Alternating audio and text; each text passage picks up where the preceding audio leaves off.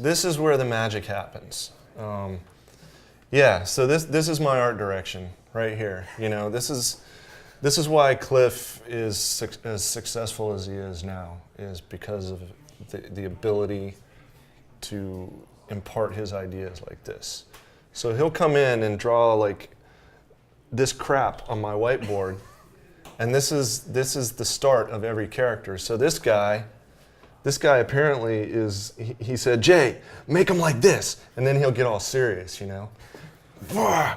And I get this kind of anatomically correct gingerbread looking dude, except, you know, he drew the body, but it's a lollipop head.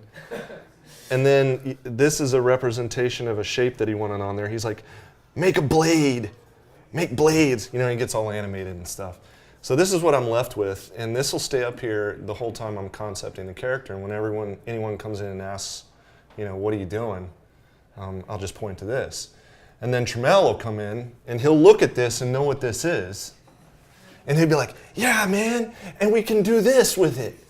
And we can, what is this? You know, we can put Beard and this guy. So this is what I get as my art direction. Go make magic, and this is where this is LawBreakers right here happening. My job's incredible. Art concepts usually start as one thing and in the end become something totally different. I mean, that makes sense, right? Like a lot in game development, the process is crazy. And one character in particular, Chronos, had a very interesting story that started in the first few days of the studio. To me, his story illustrates how in the world of game development, everything is in flux. And origin stories may be as simple or as complex as you may have thought. So how did Chronos, one of our premier characters in LawBreakers, get his start? Well, this is his story and how we do concept work at Boss Key.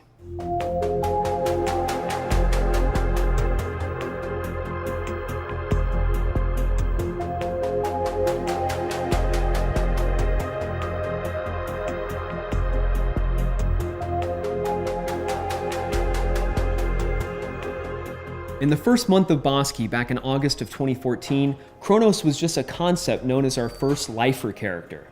The Lifers are a breaker faction within LawBreakers that helped us define what our characters would be like in the first few days of the company. Lifers were described as ex-cons, lawless, feral, you know, just want to see the world burn. At the studio, he was casually referred to as the Brute, and funny enough, as you'll see, people still refer to him as that today. He looked kind of similar, but as with any character, you need to start somewhere. And Jay Hawkins, our senior concept artist, can tell his story. Chronos has a really interesting origin story, actually. He was our first sort of introduction to what LawBreakers potentially might be. So not only was he a character that we wanted to put in the game, but he also was going to define what LawBreakers was, because at that point we had no idea. You know, it was all in Cliff's head at this point. We had no gameplay, nothing. They decided to outsource the early concepts for Chronos to another concept company, which is awesome because they did some quick iterations based on Cliff's idea, and that's it. It was Cliff. So with Chronos, you know, we got a couple sketches back where he had all these weird lion mane tentacles and stuff like that, and he said, I like that one, and it was really rough, really rough. And he's, you know, and then they asked me to take it and kind of do a painting based on the sketch and sort of bring it to life in 2D and, you know, add the colors and stuff that we were potentially looking at, give it the attitude we were looking at in LawBreakers, and just try to sell it, you know. Because again, at that point, there was no game. It was just words and whatever pictures we came up with at the time. And that's another thing. We didn't have an art director when the Brute started. It was just, I think, 5 of us just hacking away, you know? It was terrifying. We were creating an IP in a company and at the same time and learning all how to work together. So he was actually a real pain in the butt because there was nothing easy about it. In a first-person shooter, characters need guns. So parallel to Chronos being worked on by outsourcers outside of the studio, Jay was doing the first sketches for a rocket launcher here in the studio. And it has some pretty interesting inspiration. I've worked with Cliff for a long time, and the things he comes up with still sometimes, like, I'm like, what in the world are you talking about? So the rocket launcher was him coming to me and saying, I want a rocket launcher, and it's going to be named, I think in the beginning it was called the Mako Shark or something. And he said, I want it to look like a shark. And we just started iterating from there, you know, and I grabbed silhouettes of sharks and cars and motorcycles and stuff like that. In the end, you know, the way it works is I'll usually draw something out, or I'll start mocking it up, and you'll see on the final version it's got like a shark face on it, and ended up where it is today. But many iterations and changes and adapting as the game has gone on to end up where it is. So now, the rocket launcher and Chronos were being developed alongside each other, but how do those things actually get put together in the game? Our senior gameplay programmer, Joshua Parker, can explain.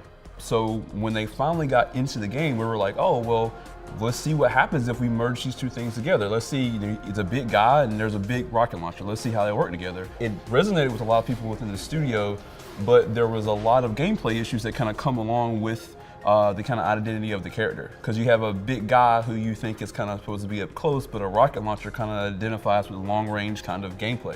So we had to kind of massage the rocket into being more of a nuke style rocket to kind of give it more shorter range and kind of push people in to have closer fighting ranges.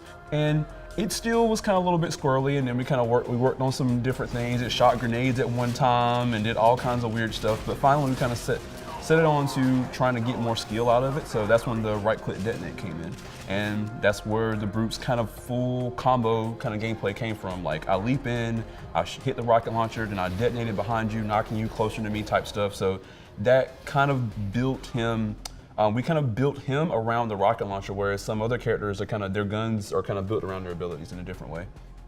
Much like how Chronos evolved and changed over time, so did the way Jay approached concept art. As a small studio, we needed to be as agile as possible, concept art included.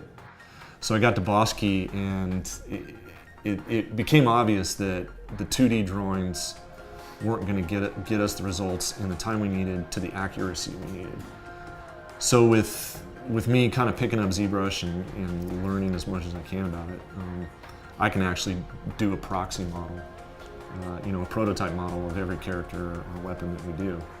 Because with ZBrush and then the ZBrush Keyshot Bridge, you can actually, just flip your model over into Keyshot and start applying materials and decals and textures and all that, which is, then Cliff and Trammell and all them can come in and I can spin the model around on my screen and be slapping on materials and things as they're standing there. It's not me sitting in Photoshop rendering out, I can move decals, it's mind-blowing considering how I started.